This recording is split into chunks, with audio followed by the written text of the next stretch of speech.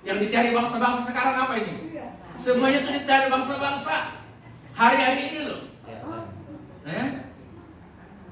Kesehatan, ya, umur panjang, apalagi sembako, ya, makan minum, itu juga dicari. Tapi garis bawahi, Bapamu di sorga tahu apa yang kamu perlukan. Ya, betul. Semua bangsa-bangsa itu tahu. Semua bangsa-bangsa itu memerlukan itu. Tetapi Bapa di surga mengetahui apa yang kamu perlukan. Artinya melebihi. Yang punya Bapa di surga itu kita bersyukur. Bapa kita di surga tahu keperluan kita, keperluan Bapak Ibu, ya. Haleluya. Terima kasih banyak buat Bapak Ibu yang ada perhatian, ya, kepada tetangga-tetangga mungkin atau kenalan dalam suasana wabahnya virus corona, sehingga ada dampak negatifnya, yaitu tentang ketakutan, kekhawatiran, dan kebutuhan makan. Berlomba masyarakat untuk memperhatikan satu dengan yang lain. Ada di daerah Sulawesi, ya, anak-anak SMA mengumpulkan dana untuk membagi-bagikan kepada orang membutuhkan.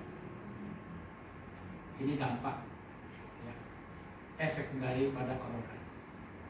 Ada anak kecil yang saya sudah sampaikan minggu yang lalu memberikan tabungannya kepada kepolisian, walaupun tidak terlalu banyak, mungkin hanya 600.000, tidak sampai 1 juta, tapi dengan rela untuk merelakan itu, membantu kebutuhan atau alat pelindung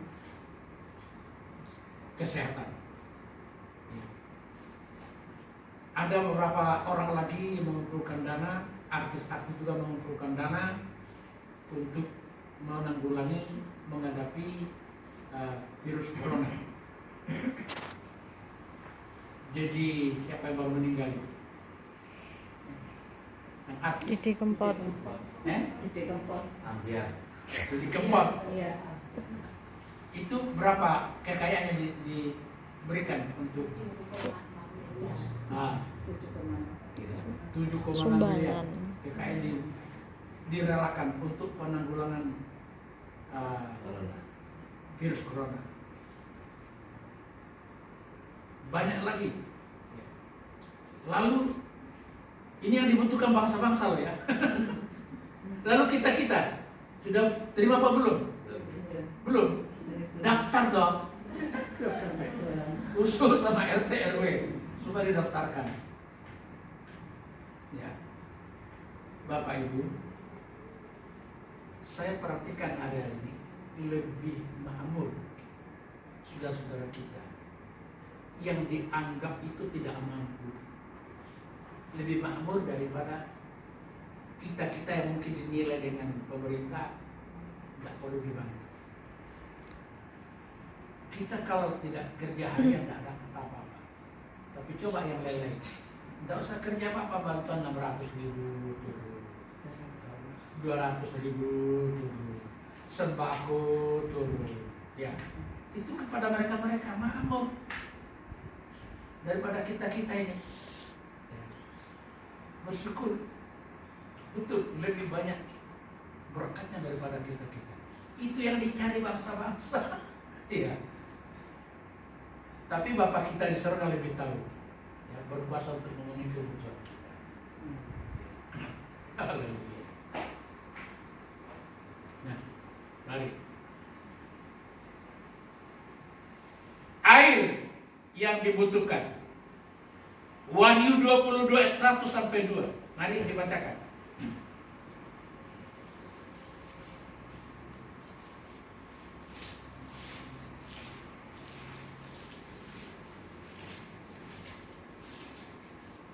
Wahyu 22 ayat yang pertama sampai yang kedua. Lalu ia menunjukkan kepadaku sungai air kehidupan yang jernih bagaikan kristal dan mengalir keluar dari tata Allah dan tata anak domba itu. Di tengah-tengah jalan kota itu, yaitu di menyeberang sungai itu, ada pohon-pohon kehidupan yang berbuah 12 kali tiap-tiap bulan sekali, dan daun pohon-pohon itu dipakai untuk menyembuhkan bangsa-bangsa. Ya. Ini terjadi di Yerusalem baru. Itu dilihat oleh Yohanes, Rasul Yohanes. Ia melihat ada sungai dari takhta. Air itu mengalir, sungai itu mengalir di takhta Allah. Kemudian di tepi sungai itu, sepanjang aliran sungai itu, tumbuh pohon-pohon. Dan pohon-pohon itu tidak pernah berhenti berbuah setiap bulan. Air itu jernih. Kata jernih berarti enak, ya, sehat, bagus. Itu mengalir dari takhta Allah. Itu di dalam Yerusalem baru. Ternyata air itu mendatangkan kehidupan, menyegarkan. Tanaman yang dekat dengan air sungai, air yang mengalir itu tetap segar, tidak mengenal kemarau. Selalu tumbuh dan segar, daunnya pun tetap segar dan tetap berbuah setiap bulan, terus berbuah.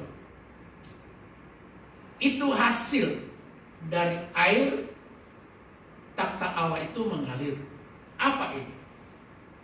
Firman Tuhan. Orang yang dekat dengan Tuhan, menerima firman Allah, itu menyegarkan, membuat sehat, tidak mengenal kemarau, tidak mengenal paceklik, kata orang Jawa. Selalu berhasil. Kenapa? Karena rohaninya itu lebih dominan, lebih menonjol, selalu berdekatan dengan airan sungai yang keluar dari takhta Allah. Segar. Makanya tidak mungkin orang yang dekat dengan Tuhan itu memiliki firman. Tidak mungkin akan miskin dan melarat. Mesti segar, berbuat terus, berhasil terus. Orang lain mengalami kekurangan, tetapi orang dekat dengan sungai mengalir dari Allah itu tidak kekurangan. Sebaliknya akan tetap sehat, tetap berhasil, setiap bulan berbuah. Daunnya tidak layu. Buahnya dimakan, daunnya menjadi obat. Kan berguna untuk kesehatan. Pohon itu menunjuk kepada kehidupan manusia yang dekat dengan Tuhan. Air keluar dari takhta bait Allah itu adalah firman Tuhan. Itu menyegarkan. Sama yang terjadi telah dinubuatkan. Ini kan penggenapan. Dinubuatkan di dalam Yehezkiel pasal 47 ayat 12. Dibacakan. Yehezkiel 47 ayat 12.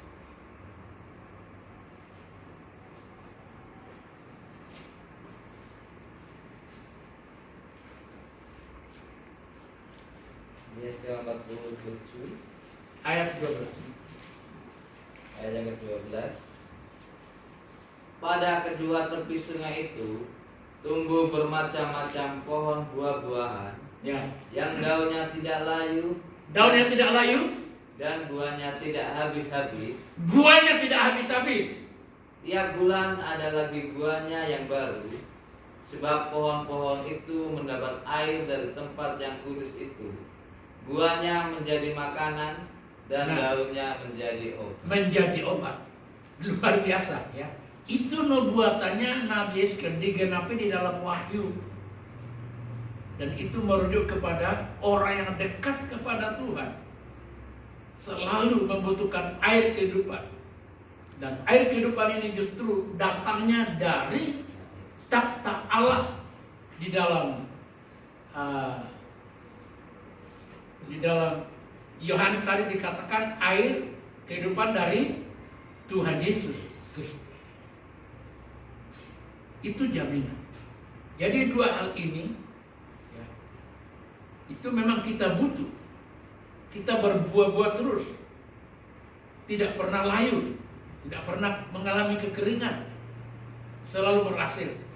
Asalkan dekat dengan Tuhan, selalu mendengar dan menerima firman Tuhan, siap meminta. Kata perempuan, Tuhan berikanlah aku air itu supaya aku tidak dahaga lagi dan tidak perlu aku datang ke sini lagi. Ada jaminannya di dalam Tuhan Yesus kalau kita dekat kepada Tuhan. Silakan teman-teman.